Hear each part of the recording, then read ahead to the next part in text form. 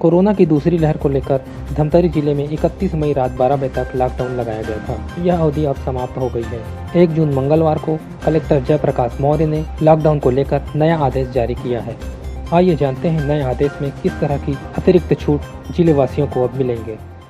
2 सप्ताह के लिए जो है नाइट कर्फ्यू, मोटा मोटा हम कहें तो नाइट कर्फ्यू अभी लागू हुआ है और दिन में लगभग सभी दुकानें अब खुली रहेंगी। उसमें कुछ प्रतिबंधित जो व्यवसाय हैं या जो कार्य हैं उनका सूची मेरे आदेश में दिया गया है, जिसमें स्पष्ट तौर पर ये कहा गया है कि उसमें जो लग्जरी से संबंधित जो चीज़ें हैं, जैसे स्विमिंग पूल हो गया और स्कूल प्रशिक्षण केंद्र, इस टाइप से जो चीज़ें हैं वो उसमें 6-7 चीज़ें हैं जिनको छोड़कर लगभग सभी चीज़ें खुली रहेंगी। और नाइट कर्फ्यू शाम 6 बजे से लेकर सुबह 6 बजे तक रहेगा और उसके पहले तक जो है दुकानें पूरी तरीके से खुली रहेंगी। सप्ताह में 1 दिन जो है संडे को कंप्लीट लॉकडाउन रहेगा। उसमें कौन कौन सी आवश्यक सेवाएं लागू रहेंगी उसमें हमने उसको उल्लेख कर दिया है। इस बार हमने पेट्रोल पंप और गैस डिलीवरी वगैरह को भी उसमें जोड़ दिया है संडे को, ताकि लोगों को जो है किसी भी प्रकार का जो है दिक्कत का सामना नहीं करना पड़े। पहले ऑड इवन हमने लागू किया था, या लेफ़्ट या राइट साइड की दुकानें खुली रहेंगी, तो अभी सभी दुकानें खुली रहेंगी जो निर्धारित समय अवधि है उसके अनुसार से। इसके जो संडे को रहेगा वो कंप्लीट लॉकडाउन रहेगा। यदि व्यवसायी चाहें तो गुमास्ता एक्ट के तहत और भी 1 दिन दुकान वो बंद कर सकते हैं, वो उनकी मर्ज़ी की बात है।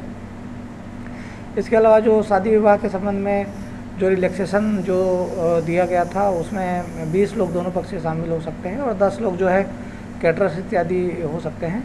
इसके अलावा कुछ ऐसे व्यवसाय हैं जो केवल शाम को ही चलते हैं, उनको भी जो है इस बार जो छूट दिया गया है, जिसमें ये कहा गया है कि शाम को 6 बजे से 10 बजे तक रेस्टोरेंट, ढाबा और जितने भी जो ईटरीज आइटम हैं जो ठेले वगैरह में जो है परंपरागत रूप से बिकते हैं, जिसमें चाट वगैरह की दुकानें हैं, वो रात के 10 बजे तक जो है वो खोल के रख सकते हैं।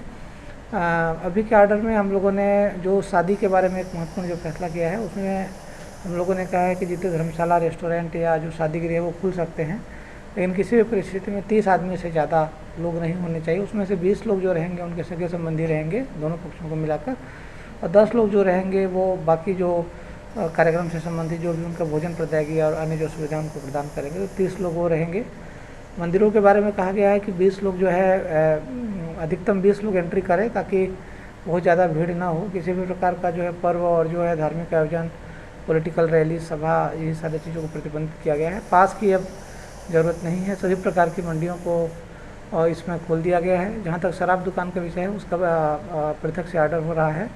जितनी भी शराब दुकानें हैं वो शाम को 6 बजे बंद हो जाएगी, जो भी उनका खुलने का समय है। और रेस्टोरेंट और बार और ढाबा और जो भी क्लब्स वगैरह हैं तो वो रात के 10 बजे तक खुले रहेंगे। लेकिन इसमें स्पष्ट तौर पर कहा गया है कि जो भी रेस्टोरेंट, ढाबा हैं वो बैठा के मतलब इंडोर डाइनिंग के अलावा आउटडोर डाइनिंग को ज़्यादा प्रेफर करें। यदि इंडोर डाइनिंग यदि करते हैं तो जो है 50% से टोटल कैपेसिटी का ही जो है उसको उपयोग करें। और मैं ये चाहूँगा कि जितने होटल, रेस्टोरेंट हैं यहाँ जो चलते हैं वो अभी भी होम डिलीवरी को ही ज़्यादा प्रेफर करें, कि जो पैक करा के अपने घर में ले जाके खाना चाहता है वो ज़्यादा बेहतर रहेगा, ताकि वहाँ संक्रमण का जो है फैलने का जो है खतरा नहीं रहेगा। तो अगर मैं वो कहूँ तो अब पूरी तरीके से अनलॉक हो चुका है। शाम को 6 बजे से लेकर सुबह 6 बजे तक ही नाइट कर्फ्यू रहेगा। तो इस समय में मेरा मुख्य अपील ये रहेगा कि जो हॉट स्पॉट इलाके हैं, जो जहाँ पर भीड़ भाड़ ज़्यादा होता है, जैसे घड़ी चौक या के आसपास के उनका जो क्षेत्र है उससे संबंधित जो बाज़ार है या सब्जी मार्केट है या मंडियाँ हैं जहाँ पर ज़्यादा भीड़ भाड़ होते हैं, वहाँ पर लोग मास्क वगैरह उसका पालन करें। सामाजिक दूरी का पालन बहुत बार संभव नहीं हो पाता व्यवसाय इत्यादि में, लेकिन ऐसे जगहों में जो है हॉट स्पॉट है वहाँ पर डबल लेयर जो है मास्क का उपयोग करना चाहिए। परिवहन सेवाओं को भी हमने खोल दिया है, जिसमें रिक्शा और बसें और बाकी सारी जो सेवाएं हैं वो अब चालू की जा सकेंगी। तो हमको उसमें भी एहतियात बरतने की ज़रूरत है कि बस से जब आते हैं तो सिम्टोमेटिक लोगों को ना लाएं, या जो कम्यूटर्स हैं जो यात्रा करते हैं उनको जो है मास्क इत्यादि को पहनाएं। तो इस तरीके से मतलब काफ़ी चीज़ें मतलब अवेलेबल खुल चुकी हैं। थोड़ा सा संयम रखने की ज़रूरत है, खासकर जो हॉट स्पॉट वाले इलाके हैं, सब्जी मंडी है, बस स्टैंड है, या गोल बाज़ार के आसपास की या घड़ी चौक के आसपास की जितनी दुकानें हैं। वैसे पुरुद और मगरलेट में भी कुछ जगहों का हमने चिन्हांकन किया है, वहाँ पर विशेष तौर पर जो है ध्यान रखने की ज़रूरत है। दूसरा महत्वपूर्ण बात, मास्क बहुत एक महत्वपूर्ण विषय है जिस पर लोगों को ध्यान देना चाहिए और उसको पहनना चाहिए। यदि हम लोग दोबारा से ध्यान नहीं देंगे तो यही धीरे धीरे जो हमारी केयरलेसी है वो बाद में तीसरे वेव के रूप में कन्वर्ट हो सकती है। अभी टीका चूँकि अभी 3 महीने के बाद जो टीका लगाने का जो शेड्यूलिंग हो गया है, जिसकी वजह से अभी हमारे पास 45+ में पर्याप्त मात्रा में टीके अवेलेबल हैं, परंतु उस स्लॉट में भी लोग एलिजिबल नहीं हो पा रहे हैं। इस कारण से टीकाकरण थोड़ा 45+ का थोड़ा शिथिल है। और जहाँ तक 18 से 44 साल के मध्य का जो हमारे ज़िले में 3,94,000 लोगों का रजिस्ट्रेशन करना था, और उसमें हमने देखा कि APL BPL बहुत सारे लोगों के पास उतना निटी-ग्रिटी पता भी नहीं है, ऐप वगैरह डाउनलोड नहीं करते। इस कारण 3,94,000 के अगेंस्ट में हमारे ज़िले में लगभग 3,74,000 लोगों का जो है हम लोगों ने रजिस्ट्रेशन करा दिया है। तो 1-2 दिन में वो भी मतलब रजिस्ट्रेशन की कार्रवाई हमारे ज़िले में पूरा हो चुका है, ताकि 18 से 44 साल वाला कोई भी व्यक्ति को टीका लगाने जाना है तो कोई भी रजिस्ट्रेशन करने की ज़रूरत नहीं है। उसको मैंने सुओ मोटो पूरा रजिस्ट्रेशन कर दिया है। आप वहाँ पर जाएंगे, आपका ऑलरेडी उसमें रजिस्ट्रेशन है। जिस दिन स्लॉट में टीका रहेगा आप उस दिन लगा लीजिए, क्योंकि टीका अवेलेबल नहीं रहेगा और लोग कभी भी जाएंगे, उनको टाइम और स्लॉट नहीं मिलेगा, तो उसके अच्छा एक रजिस्ट्रेशन हमने सबका कर दिया है। जो वहाँ पर जाएगा उसका जो है सीधे सीधे जो है उसका पंजीयन उस ऐप के थ्रू हो जाएगा।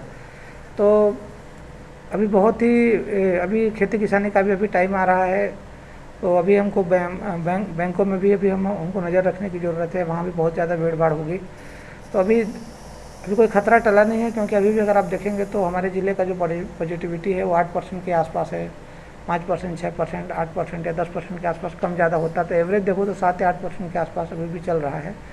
तो इस चीज़ को ध्यान में रखते हुए हमको यह समझना पड़ेगा कि जब तक पॉजिटिविटी रेट 2 या 3% से नीचे नहीं जाता, तब तक सभी लोग जो है मास्क पहने, और जब भी टीकाकरण की जो कार्रवाई होगी उस समय जो है सभी लोग टीका अच्छे से लगाएं।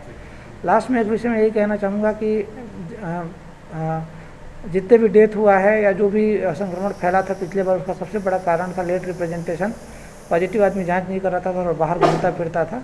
तो अलर्टनेस जैसे पहले लगाया गया था वैसे अलर्टनेस लगाएंगे। और ऑलरेडी हमने ग्राम पंचायतों में कोविड नियंत्रण कक्ष बनाया था, बहुत अच्छे से काम किया, जिसकी वजह से हमारा अभी जो पेंडेमिक को कंट्रोल करने में हमको बहुत सहायता मिला। और ग्राम पंचायत स्तर में जो खासकर कुरुद विकासखंड में और धमतरी के कुछ इलाकों में जो संक्रमण फैला था उसको काफ़ी मुस्तैदी से उसको कंट्रोल किया गया है। तो ग्राम पंचायत में कोविड नियंत्रण कक्ष पहले के जैसे ही अभी काम करता रहेगा, और हम लोग कम से कम 3 महीना वैसे ही अलर्ट रहेंगे। भले ही जो है चीज़ें स्टार्ट हो गई हैं, न्यायालय अब प्रारंभ हो जाएंगे सभी जगह। 50% उपस्थिति के साथ कार्यालय जो है वहाँ पर खुले रहेंगे। और अगर सिचुएशन ठीक रहा, यदि 5% के आसपास यदि पॉजिटिविटी 4-5 दिन तक लगातार आया, तो मैं जो है जन दर्शन वगैरह भी जो है मैं इसमें स्टार्ट करना चाहूँगा, क्योंकि काफ़ी समय से लोगों की जो समस्या है उसका जो है अभी निराकरण नहीं हो पा रहा है। तो उस दिशा में भी जो है हमको ध्यान रखने की ज़रूरत है। दूसरा महत्वपूर्ण विषय यह है कि मैंने अधिकारियों को भी ग्रुप में लिखा है और निर्देश भी दिया है कि लगभग जिला स्तर के सभी अधिकारियों का 2 डोज का टीकाकरण स्टार्ट हो गया है। इसलिए फ्रंटलाइन वर्कर्स को जल्दी से हमको टीकाकरण स्टार्ट करके सभी कार्यालयों में जो कर्मी हैं जो काम कर रहे हैं उनको कार्यालय में बैठाना बहुत अभी आवश्यक हो गया है, ताकि जो है जनता को जो है आम जो सुविधाएँ वो मुहैया कराई जा सके।